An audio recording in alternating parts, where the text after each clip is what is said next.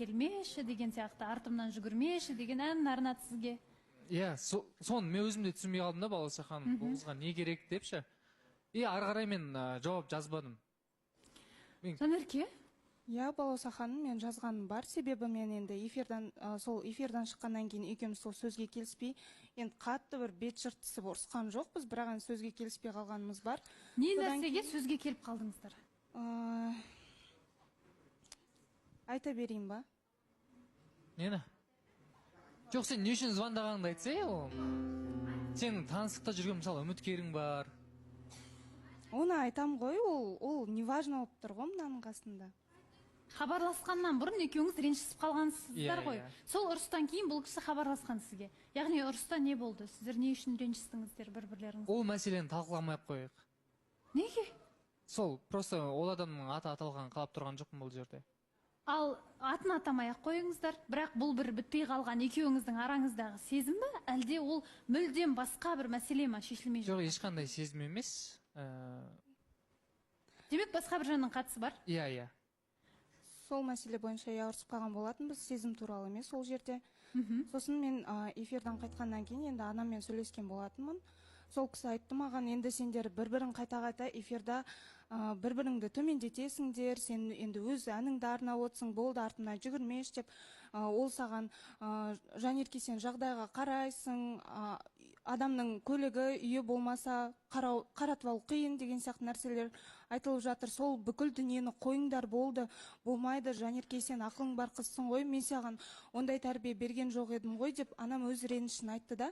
Сосын енді айтқан, Нұрдәулетпен өзің енді бізде таныстық тоқтағалы бері біз дұрыстап сөйлескен жоқпыз ғой. Соған айтты, өзің бір жазып, сөйлесіп, бір нақты нүктесін қойып алсаңдар деді.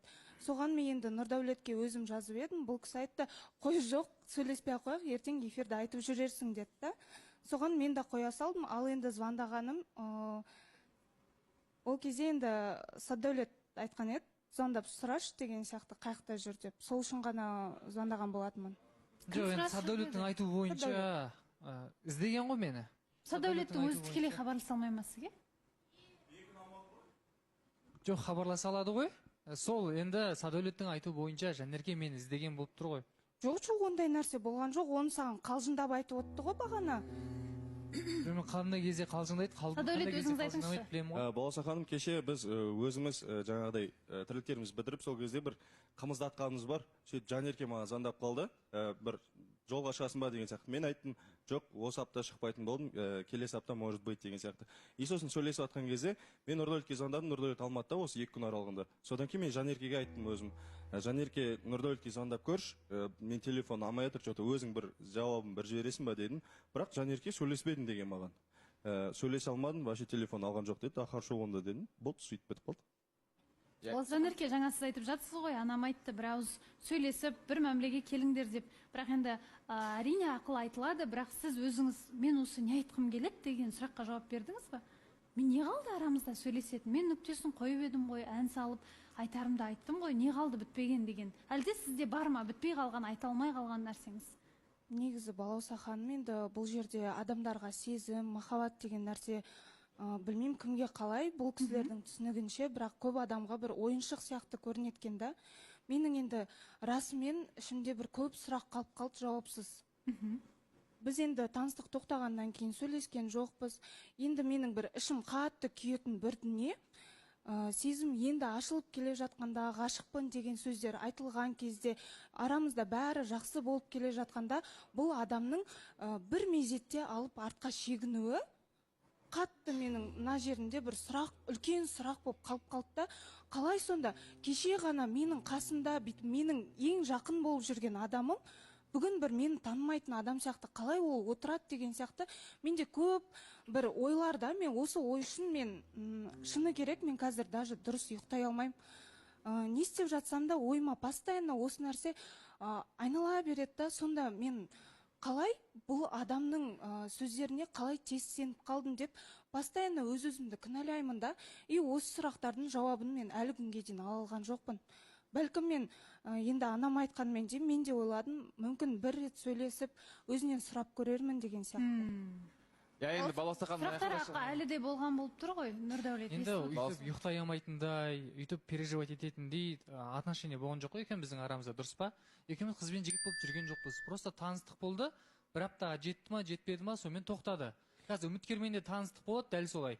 Қазір тоқтай ма, тоқтамай ма сен де білмейсің ғой, осы жерде қаншама адам таныстықтарын тоқтатып жатыр да. Тура сондай болып тоқтады біздің арамызда ше. Бірақ Нұрдәулет, вот видишь, бізде разница бар ғой. Мен бұл кісімен енді танысып отырмын деген сияқты.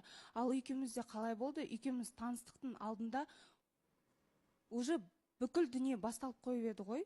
Сен уже біз таныстыққа түспей тұрып, мен сені жақсы көрем деп айтқан сөздерің болды. Есіңде жоқ па? Осы Гаухар туған күніне бара жатқан кезде сен маған не деп айтып едің? Жанерке, сен мені дұрыс түсінбей қалма, мені несерьезный бала деп қабылдап қалма деп. Мені әбден сол кезде қорқытып алдың да. Жоқ, енді не болып қалды, айтсай деп едің. Мен сені жақсы көрем деп сөйтіп айттың ғой сен сол кезде. Мен сенен басқа қасымда адамды көрмеймін деп. Екеумізде таныстық басталмай тұрып, сен әбден осында жүріп, эфирдің сыртында жүріп, мен басында әбден қатырғансың. Әбден менің сезімім ашылуына көп деген бір әрекеттер істегенсің. Жанерке, дәл осы мәселені мен саған айттым ғой. Осы жерде отырып мен сенен кешірімді сұрағам. Мен симпатия мен жақсы көру деген сөзді шатастырып алған сияқтымын. Осы жерде мен сенен кешірім сұраймын. Симпатия болды, бірақ та сен менің ары қарай болашаққа баратын қызға келмейсің деп айттым. Мен де саған келмеймін деп айттым. Бір-бірімізге келмейміз деп айттым. Дұрыс па?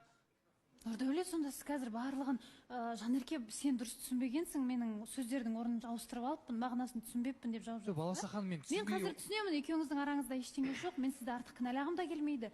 Бірақ қыз үміттеніп қалған, сезім бар, кеше ғана өлем, күйем, сүйем деп отырған жігіт, бүгін мені танымайтын адам сияқты менің жүрегімде үлкен сұрақ. Не болды, менен теріс бұрылып кететіндей, қандай ситуация болды деп түсіне алмай жүр, соны түсінесіз ба? Енді сіздің қатысыңыз жоқ сияқты болып ойлайсыз ба? Сезім сенікі ғой деп ойлайсыз ба? Жоқ, Баласаханым, мен түсінбей отырған нәрсем, бұл нәрсе қанша уақыт өтіп кетті да, мысалы үшін не үшін талқыланып жатыр, мен соны түсінбей отырмын да. Хабарласты кеше. Кеше хабарласты. Алдында мен кешірім сұрап хабарласқан кезде ортаға шықты да, не үшін хабарласасың деген сияқты, хабарласпа, жүгірме деген нәрселерді шығарды осы жерде. Тұрады да ертесінде өзі звондайды. Сол мәселені мысалы жеке емес, осы жерде де шешсек болады ғой. Енді мына жақта Жанеркен қалай бағашыл үміткерлік келіп атты, оның ешқайсысын жақтырып атқан Жанеркені біз көріп тұрған жоқпыз. Неліктен жауабы міне анық болып тұр да, қанша үміткер келді, үш үміткер келді ме, үшеуінде қайтарып жатыр. Мына жерде тағы сондай случай болып жатыр да, арамыз екі жас дейді, екі жастың арасы дым болмайды. Мына жақта отыр ғой әп-әдемі Нұрсұлтан Перизат. Енді Жанеркеге айтатын, неге сен мынандай жерде екі жүзді болып отырсың? Кеше ғана өлеңін арнап кімге, Нұрдәулетке, мен ұмыт деген сияқты, бірақ одан кейін хабарласқаның, одан кейін сөйлескенің сонда қалай, мен түсінбей отырмын да бұл жерде ше. Сосын айта кетеді, дүние, сендер соңғы рет нақты айта аласыңдар ма, қашан сөйлескендеріңді? Сол айтып тұр ғой, кешен аргүні сөйлестік деп. Мен мұнда Диас, мен Нұрдәулетке айтып жатқан жоқпын.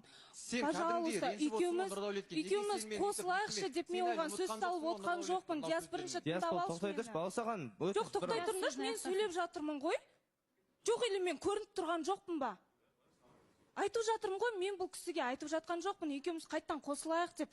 Мен айтып жатырмын, мен көкейімде өте үлкен бір сұрақтар қалып қалды, және де ол сұрақтарыма жауап әлде алынған жоқ деп айтып отырмын. Сенің мына ренжіп отқаның сезімдерің тағы бір белгісі болып тұр, Жанерке. Енді сонда сендер ғашық болып көрмегенсіңдер ма? Әлде сендерге ойыншық па махаббат деген нәрсе? Онда неге сен 200 сонда или сендер тез сезімдерің ашылып жерден алып жерге салып оттың сол эфирларда? Баласахан, өтініш айта кетейінші. Жанерке бол, қойшы өтініш. Сен қазір мұнда мен не көріп тұрмын, Баласахан? Басында қалай болды? Нұрдәулет Жанеркеге үмітті болып тұрды ма? Енді қазір Жанерке Нұрдәулетке үмітті болып отыр. Сен қазір өзіңді мұнда бүкіл халықтың алдында өзіңді төмен түсіріп отырсың. Мен айта алмаған заттарым бар еді деп. Зачем сен өзің кішкене өзіңді жоғары ұсташы, құдай үшін, не надо олай? Ол ажырасқан ер азамат, оған сен қазір кәдімгідей өзіңді андай тығып отырсың да, менімен сөйлесші, мені тыңдашы деп отырсың. Зачем ондайым? Керек емес. Өзіңді үйтіп төмен түсірмей никогда. Ағырке. Баласаханым, негізі мен Жанеркені түсініп жатырмын да, оның ашу орынды деп ойлаймын. Бұл қыздың жан айқайы деп ойлаймын. Негізі ол, Нұрдәулет бір ештеңе болған жоқ адам сияқты отыр ғой, бір вообще қатысы жоқ адам сияқты болып отыр да. Мен ойлаймын, сен ұятың вообще бар ма, жоқ па, Нұрдәулет? сөзіңізді бөлейін, бізде дәл қазір жарнамадан кейін түсінгеніміз бойынша Жанеркенің әлі де сезімі бар ма, таныстық қалай болады, барлығын жарнамадан кейін бірге білеміз.